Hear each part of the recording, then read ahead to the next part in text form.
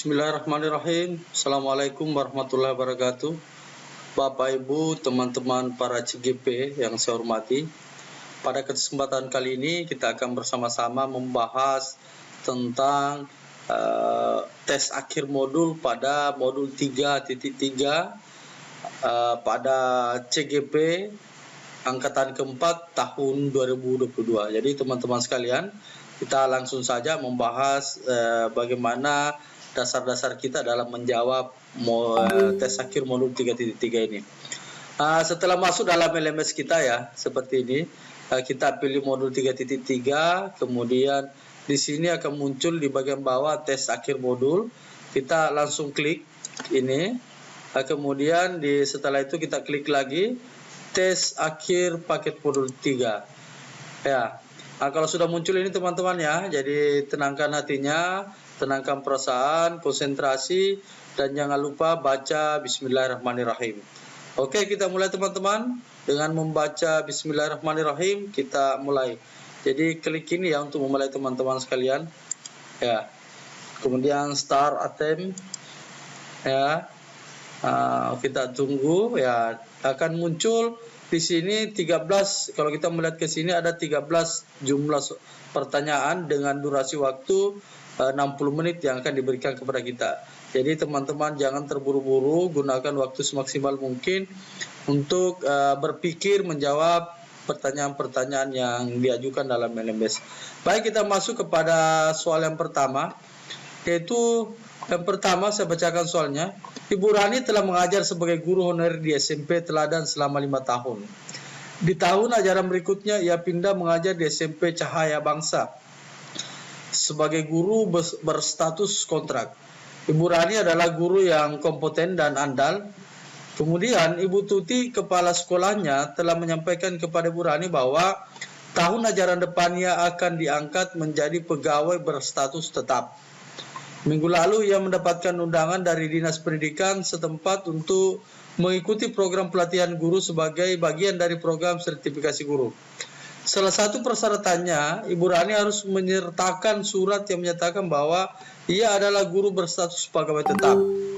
Ibu Rani datang pada Ibu Tuti dan memohon agar Bu Tuti membuatkan surat keterangan tersebut hanya untuk dipakai sebagai persyaratan agar bisa mengikuti program sertifikasi guru.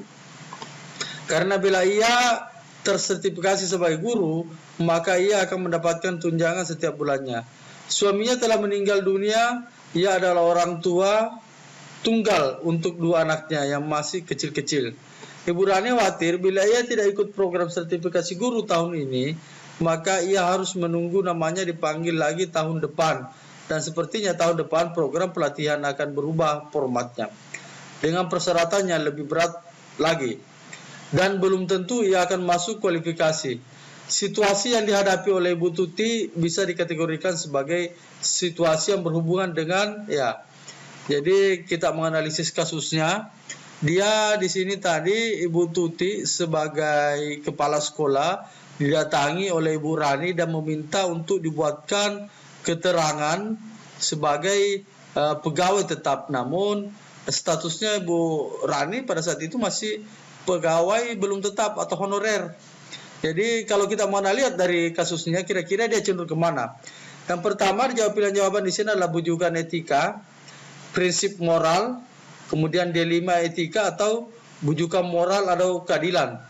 Kalau berdasarkan materi dalam LMS yang kita dapatkan bahwa di sini apabila Ibu Tuti memberikan dokumen berupa keterangan bahwa Ibu Rani adalah pegawai tetap, maka bisa saja itu masuk ke dalam ranah pelanggaran pidana karena ada pemalsuan dokumen.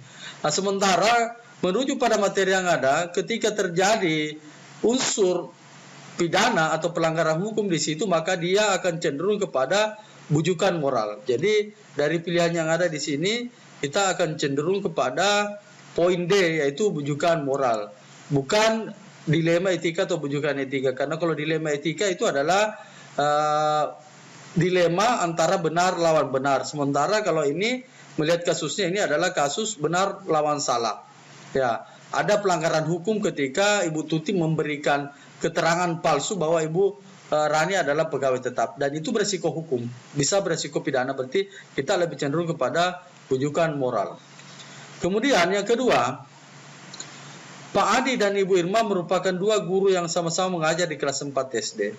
Ibu Irma dikenal sangat disiplin dan terkesan galak di mata murid-muridnya. Pada suatu hari, Ibu Irma menghukum salah satu muridnya dengan mengeluarkan murid tersebut tanpa supervisi guru. Alasannya, murid tersebut dianggap berani selalu menjawab pertanyaan guru. Pada saat itu, Pak Adi sempat melihat si murid dihukum. Tetapi karena hal itu sudah sering dilakukan Ibu Irma, maka Pak Aldi mengabaikannya. Namun karena murid tersebut bosan, ia pun kabur keluar dari gedung sekolah. Kebetulan kepala sekolah melihatnya, lalu memanggilnya ke ruangan kepala sekolah. Kepala sekolah pun memanggil Ibu Irma dan Pak Aldi selaku guru kelas 4 SD untuk mengkonfirmasi hal tersebut. Sebelum masuk ruangan, Ibu Irma sudah meminta kepada Pak Aldi untuk mengatakan bahwa selama dihukum di luar kelas, murid tetap disupervisi oleh Bu Irma. Sebenarnya Pak Adi tahu bahwa itu hal tersebut tidak benar, tapi dia tidak mau kerjasama di kelas SD menjadi tidak nyaman. Berdasarkan kasus Bapak Aldi di atas, paradigma dilema etika yang mana yang terjadi pada Bapak Aldi pada saat itu?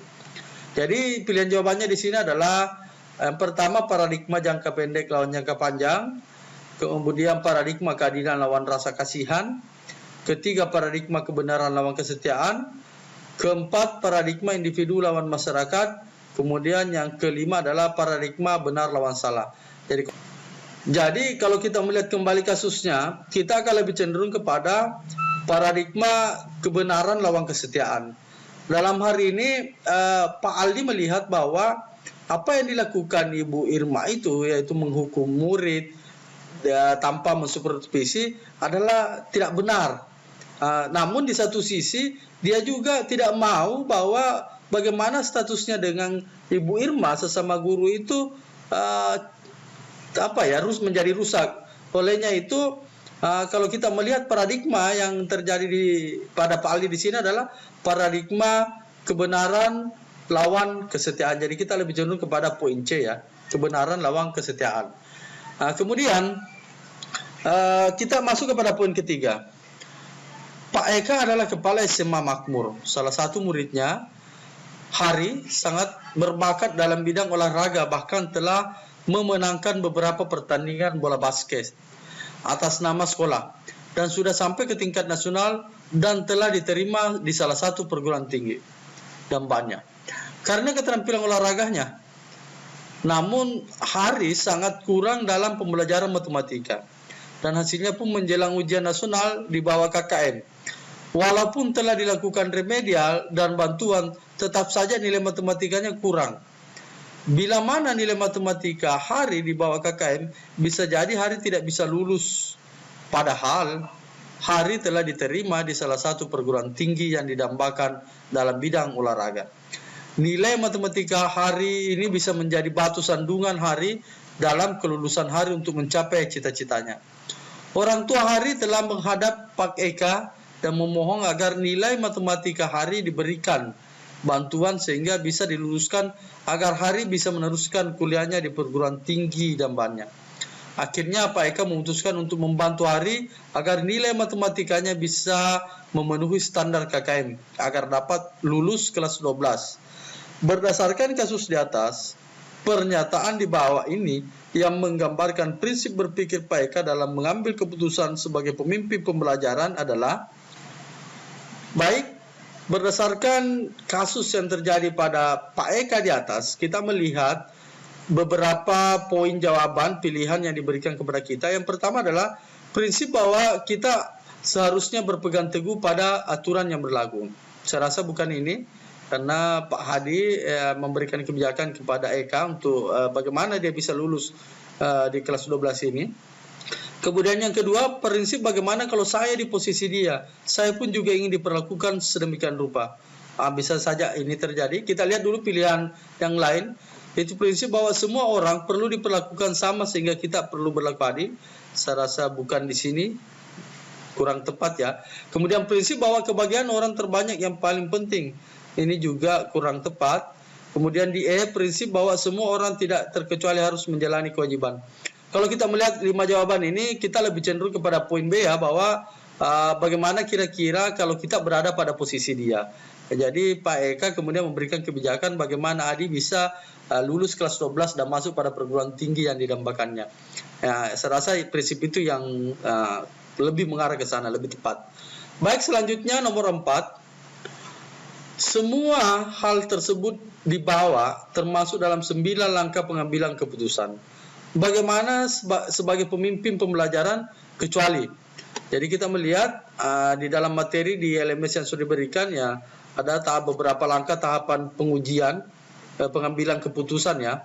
Kita melihat pilihannya yang pertama adalah pengujian benar atau salah, kemudian investigasi opsi terlema, kemudian pengujian bujukan moral, kemudian pengujian prinsip resolusi, kemudian kumpulkan fakta. Kalau kita melihat dari materi 9 langkah dalam pengujian keputusan, di beberapa poin di sini yang tidak termasuk adalah pengujian bujukan moral, karena di dalam tahapan itu yang ada adalah uji legal. Di dalam uji legal itulah kita melakukan uji apakah bujukan moral atau dilema etika. Jadi dari beberapa langkah pengujian lebih mengarah. Jadi jawaban di sini adalah kita arahkan kepada poin C, yaitu pengujian bujukan moral. Ya. Kemudian kita lanjut pada nomor 5. Kondisi berikut ini akan muncul jika sebuah ekosistem sekolah tidak harmonis atau tidak ada interaksi yang baik antara faktor biotik dan abiotik. Jadi kondisi ini akan muncul kalau tidak ada perpaduan atau interaksi yang baik antara unsur biotik dan abiotik. Yang pertama, sekolah tetap melakukan proses pembelajaran seperti biasa. Saya rasa bukan ini. Yang kedua, sekolah tidak menunjukkan perubahan ke arah yang lebih baik. Boleh jadi. Kemudian sekolah tidak bisa menjadi sekolah yang terbaik, bukan juga ini sasarannya. Kemudian sekolah akan berjalan dengan baik karena guru tetap mengajar, saya rasa juga kurang tepat. Kemudian poinnya, sekolah akan berjalan dengan baik selama dukungan dana tetap mengalir, saya rasa kurang tepat.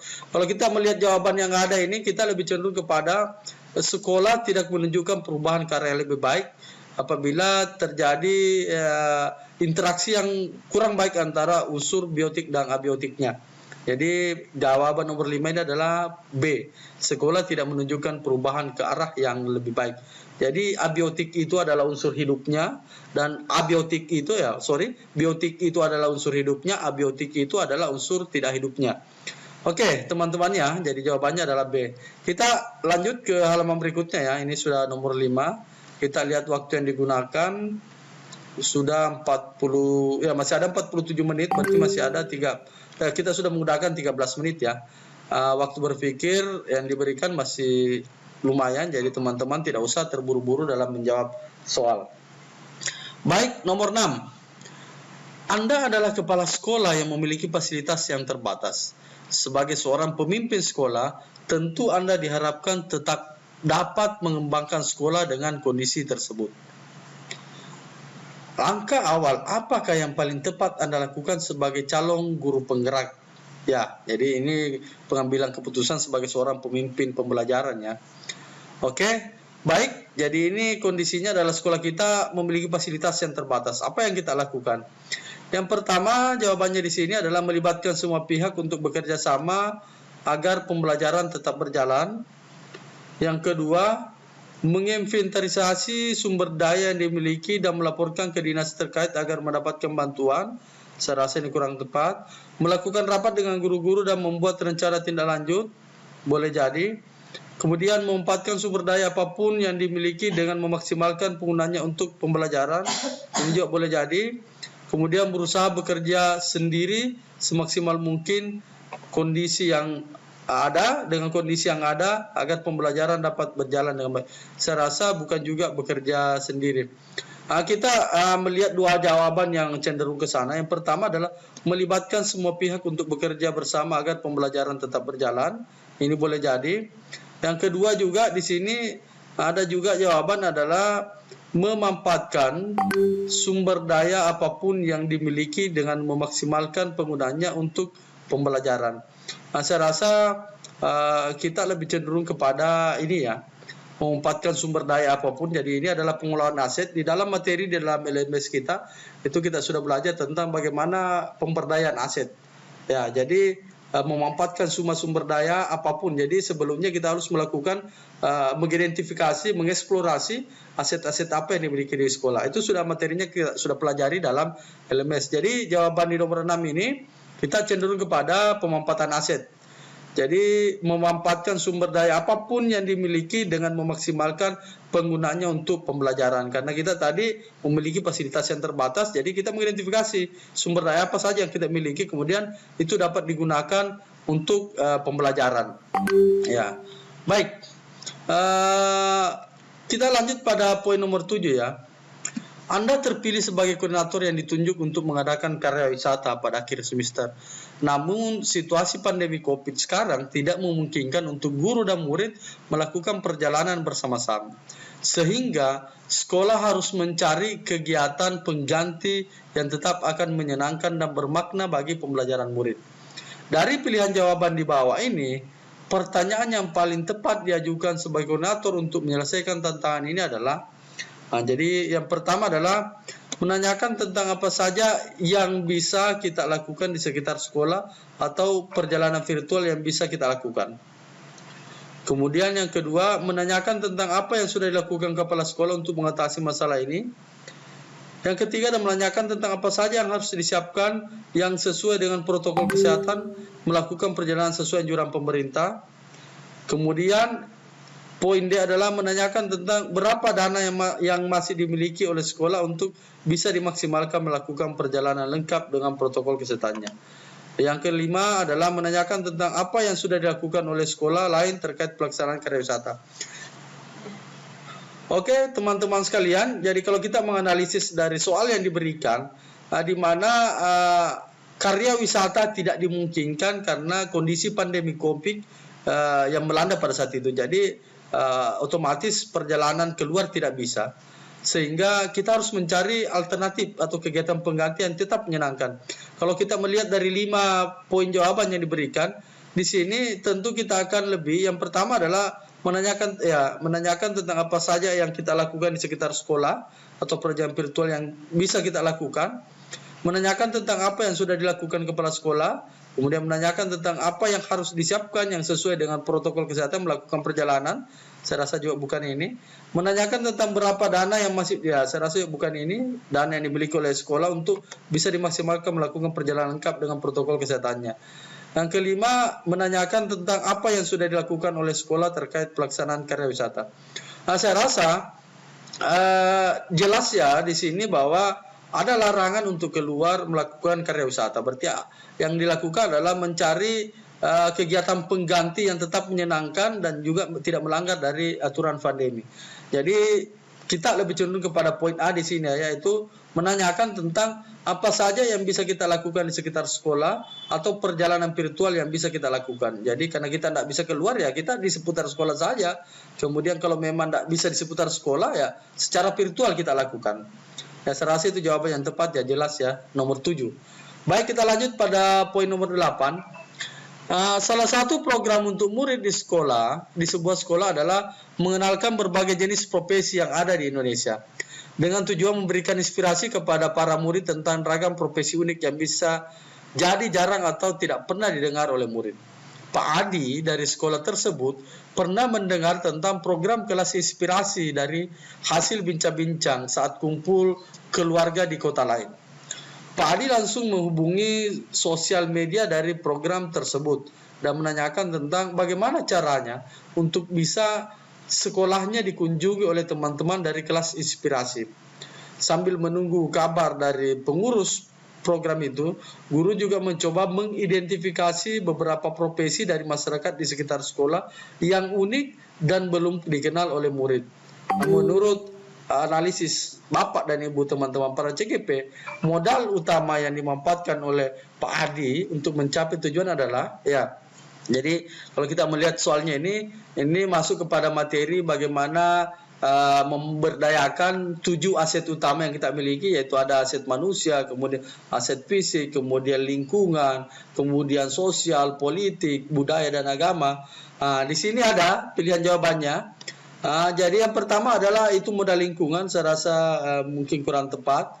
Modal sosial bisa saja, modal politik juga mungkin kurang tepat, modal finansial juga mungkin kurang tepat, modal budaya dan agama juga kurang tepat. Jadi kalau kita melihat tadi ya dia mendengar dari interaksi sosial yang ada bahwa ada kelompok kelas inspirasi. Jadi itu adalah modal sosial ya. Kalau kita melihat jadi pilihannya adalah B. Kemudian melihat di lingkungan sekitar tentang profesi dari masyarakat yang unik, itu juga adalah modal sosial, lingkungan sosial. Jadi jawaban dari nomor 8 ini terkait dengan tujuan set utama adalah modal sosial di bagian B. Kemudian poin 9, dari beberapa pernyataan berikut, manakah yang paling tepat untuk menyatakan kepemimpinan murid student agency? Jadi yang pertama adalah kepemimpinan murid adalah saat murid diberikan kesempatan bertindak secara aktif dan dalam proses belajarnya sehingga peran guru menjadi berkurang. Saya rasa ini kurang tepat juga, masih belum tepat. Kemudian selanjutnya, kepemimpinan murid adalah saat murid diberikan tanggung jawab untuk memimpin teman sebayanya dalam mengajar. Masih kurang tepat juga. Kemudian C, kepemimpinan murid adalah saat murid diberikan kebebasan memilih apa yang akan mereka pelajari. Boleh jadi. Kita lihat lagi pilihan yang lain. Kepemimpinan murid adalah saat murid mengambil kepemilikan dan tanggung jawab atas proses pembelajaran mereka sendiri. Ini mungkin lebih tepat sedikit. Kita lihat lagi poin E. Kepemimpinan murid adalah saat murid bebas sepenuhnya. Jelas ini salah ya. Jadi kalau kita melihat dari 5 jawaban ini, kita lebih cenderung kepada poin D. Jadi ini lebih kepada materi terkait dengan kepemimpinan murid, yaitu murid memiliki suara, voice, kemudian pilihan, choice, dan kepemimpinan. Di sini jelas kelihatan bahwa kepemimpinan murid adalah saat murid mengambil kepemilikan dan tanggung jawab atas proses belajar mereka sendiri. Jadi nomor 9 kita pada poin D ya. Kita lanjut pada nomor 10. Untuk menumbuh kembangkan kepemimpinan murid, guru perlu mendorong suara, voice, pilihan, choice, dan kepemilikan murid dari beberapa contoh tindakan guru berikut ini. Manakah yang mendorong suara murid dalam proses pembelajarannya? Jadi yang pertama, guru mengajak murid untuk mendiskusikan pengetahuan dan keterampilan apa yang ingin mereka pelajari, kemudian mengajarkan materi pelajaran berdasarkan apa yang diminati oleh murid tersebut. Jadi meminta suara murid, pilihan murid. Kemudian guru mengajak murid berdiskusi tentang program pasar murah dan kemudian meminta murid untuk mengundang masyarakat sekitar sekolah dalam kegiatan pasar murah tersebut. Boleh jadi juga. Kemudian guru memberikan ruang bagi murid untuk berdiskusi, berekspresi kreatif, memberi pendapat dan memberikan umpan balik terhadap proses belajarnya yang telah dilakukannya. Boleh jadi juga. Jadi jawabannya mirip-mirip teman-teman ya, agak repot ini. Kemudian guru mengajak murid untuk berpartisipasi membangun perpustakaan bagi masyarakat tidak mampu sesuai dengan program kerja yang telah direncanakan oleh sekolah. Saya rasa ini tidak menggambarkan suara atau pilihan murid karena ini program sekolah. Kemudian guru mengajak murid untuk berdiskusi tentang bencana alam yang baru saja terjadi dan menugaskan murid-murid untuk mengumpulkan barang-barang tertentu untuk disumbangkan. Saya rasa juga ini agak jauh. Kalau kita melihat dari kecenderungan 5 ini, kita lebih kepada bagaimana guru memberikan ruang untuk murid, mereka berdiskusi, mereka berekspresi kreatif, memberikan pendapat dan memberikan umpan balik terhadap proses belajar yang telah mereka lakukan. Kita lebih cenderung ke sini teman-teman, jadi pilihannya adalah C ya. Di poin 10 ini bagaimana kepemimpinan murid itu, bagaimana suaranya, pilihannya, keterampilannya, kepemilikannya dalam proses pembelajaran yang kita lakukan. Ini lebih cenderung kepada poin C. Baik, kita lanjut pada nomor 10. 11 ya, nomor 10 sudah. Jadi kita lihat waktunya masih ada 33 menit, berarti kita telah menggunakan 27 menit. Ya, waktu berpikir kita masih panjang ya, sementara sisa 3 nomor yang belum kita kerjakan. Oke, baik. Di nomor 11 ada soal, dalam mengelola perubahan positif dan apresiatif untuk mewujudkan program kegiatan pembelajaran yang berdampak pada murid, upaya yang dilakukan harus mampu yang pertama menggalang dana, kemudian mengarahkan proses dialog, mendorong terwujudnya kegiatan bersama guru, kepala sekolah atau anggota lain dalam komunitas sekolah untuk muridnya. Jadi soalnya tadi dalam mengelola perubahan positif dan apresiatif untuk mewujudkan program kegiatan pembelajaran yang berdampak pada murid, upaya yang dilakukan adalah ini lebih kepada pemberdayaan aset ya.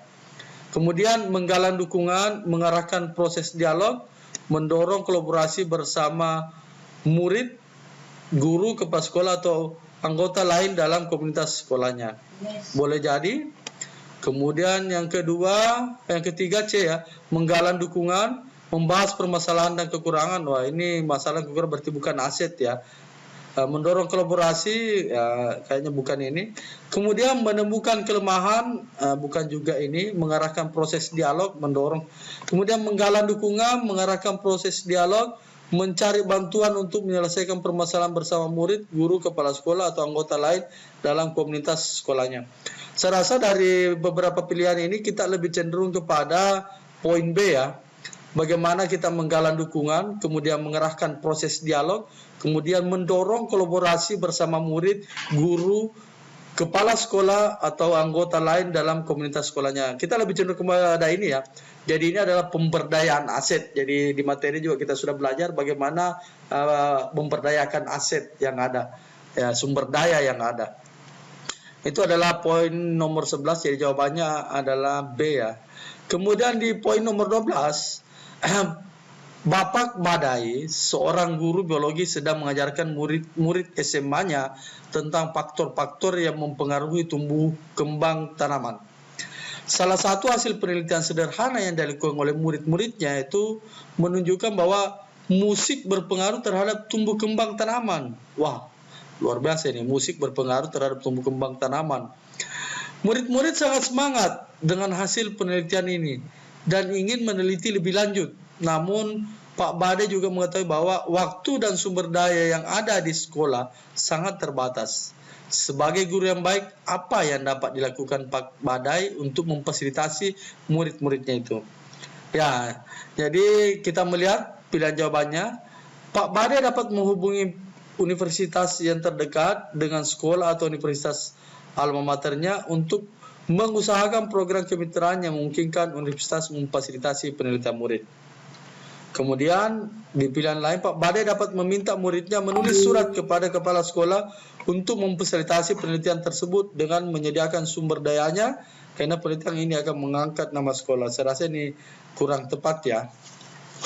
Kemudian Pak Badai dapat meminta murid-muridnya memikirkan kembali keinginan mereka dan mempertimbangkan keterbatasan sekolah serta masih banyaknya materi lain. Saya rasa juga ini kurang tepat karena membatasi murid ya. Kemudian di poin D, Pak Badai dapat menyediakan waktu tambahan untuk secara pribadi membantu muridnya melakukan penelitian lebih lanjut. Sudah sewajarnya guru memberikan dukungan bagi murid-muridnya yang ingin belajar lebih baik. Ini juga masih kurang tepat ya, karena tadi Pak di atas di pertanyaannya sudah mengatakan dengan ada batasan waktu dan lain sebagainya. Kemudian di poin E, Pak Badai dapat menyampaikan kepada murid bahwa penelitian lebih lanjut tersebut dapat mereka lakukan nanti saat mereka sudah duduk di bangku kuliah. Saya rasa juga ini kurang tepat ya, karena kurang memfasilitasi murid-muridnya. Kita kayaknya kalau kita melihat dari kecenderungan soal ini, saya lebih kepada poin A, di mana di sini Pak Badai dapat menghubungi universitas terdekat. Jadi adalah bagaimana berpikir memberdayakan aset atau sumber daya yang kita miliki. Ternyata ada universitas yang dekat dengan sekolahnya, atau bisa saja universitas alma maternya. Jadi otomatis ini adalah aset. Kedekatan antara Pak Budi dengan universitas alma maternya itu jelas ada, dan ada peluang untuk mendapatkan respon yang baik untuk bantuan. Jadi saya rasa jawabannya di sini adalah di poin A ya. Jadi Pak Budi melakukan investigasi terhadap aset yang ada dan mencoba memanfaatkan aset itu, sumber daya itu. Jadi universitas terdekat atau universitas alma maternya itu merupakan aset bagi Pak Budi. Jadi kita jawabannya kepada poin A ya, ini pemberdayaan aset. Oke, teman-teman sekalian, kita lanjut pada poin nomor 13, poin terakhir. Soal terakhir ya. Pilihlah istilah yang tepat untuk definisi berikut. Jadi di sini ada beberapa pilihan, ada kalimat, kemudian kita melihat kalimat ini kira-kira cenderungnya kemana ya. Jadi kalimat yang pertama, Penyampaian pesan secara sistematis dan objektif yang digunakan untuk menyampaikan informasi dari satu bagian organisasi kepada bagian lain atau lembaga lain untuk pengambilan keputusan atau memecahkan persoalan. Kira-kira ini masuk di mana? Jadi kalau sudah ini teman-teman yang ada ini, kita klik ini. Nah, di sini akan muncul beberapa pilihan, kira-kira masuk di mana? Apakah dia masuk dalam paradigma dilema moral, reporting, investigasi opsi trilema, atau berpikir berbasis aset? Kalau kita melihat kalimatnya, ada di sini penyampaian informasi dari satu bagian organisasi kepada bagian lain, itu jelas reporting ya, reporting. Kemudian penyelesaian yang terkait dan tidak terpikir sebelumnya. Penyelesaian yang kreatif dan tidak terpikir sebelumnya. Di dalam LMS kita sudah belajar tentang 9 langkah pengujian keputusan, dan di dalam 9 langkah pengujian keputusan itu ada investigasi opsi trilema. Jadi kalau ada solusi yang tidak terpikirkan sebelumnya, itu akan masuk ke dalam opsi trilema, pilihan ketiga ceritanya. Kemudian kalimat terakhir adalah cara praktis menemukan hal-hal positif dalam kehidupan dengan menggunakan kekuatan sebagai tumpuan berpikir, memusatkan perhatian pada apa yang bekerja, yang menjadi inspirasi, dan yang menjadi kekuatan yang positif. Ya, teman-teman, kalau kita melihat kalimat ini berarti berbicara tentang aset atau sumber daya. Jadi pilihannya adalah berpikir berbasis aset. 13 nomor sudah terjawab teman-teman sekalian. Sebelum difinishkan, teman-teman bisa meng-cross-check kembali jawaban-jawaban yang diberikan, apakah sudah yakin dengan jawabannya atau masih ada yang perlu diperbaiki. Ketika sudah merasa yakin dengan jawabannya, teman-teman, ya di sini kita lihat masih ada 25 menit lebih ya, berarti kita sudah menggunakan 35 menit. Baik teman-teman, di sini sudah terjawab semua. Kita berdoa serahkan kepada Yang Kuasa, mudah-mudahan ya hasilnya bisa maksimal. Kita akhiri dengan alhamdulillah, dan ya kita bismillah saja, mudah-mudahan hasilnya baik. Baik teman-teman, kita sama-sama finish ya dengan ucapan bismillahirrahmanirrahim, finish attempt. Oke, di sini muncul dialog bahwa ini nomor 1 sudah terjawab, sampai nomor 13 sudah terjawab. Kalau merasa yakin, tenangkan pikiran, berdoa, dan bismillah. Baik, kita akhiri. Di sini teman-teman, kalau ingin teman-teman kembali ada return, tapi kalau ingin mengakhiri atau sudah yakin dengan jawabannya ada submit all and finish. Oke, insya Allah mudah-mudahan jawaban kita bisa maksimal. Mari kita membuka bersama-sama jawabannya, hasilnya dengan ucapan bismillahirrahmanirrahim. Alhamdulillah, ternyata apa yang kita lakukan, pembelajaran yang kita lakukan membuahkan hasil yang baik. Teman-teman bisa melihat di sini, alhamdulillah nilainya alhamdulillah 100 ya teman-teman ya. Artinya apa yang kita lakukan itu alhamdulillah membuat hasil yang maksimal. Dan ini bukti bahwa materi-materi yang diberikan dalam modul itu apabila kita pelajari dengan baik, selain kita bisa menjawab pertanyaan-pertanyaan akhir modul yang diberikan, tentu ilmu yang ada dalam LMS itu sangat bermanfaat. Mudah-mudahan kita sebagai calon-calon guru penggerak ini dapat mengimplementasikannya dalam proses-proses pembelajaran yang kita lakukan ke depannya. Terima kasih atas perhatian teman-teman. Saya akhiri, wabillahi taufiq wal hidayah. Assalamualaikum warahmatullahi wabarakatuh.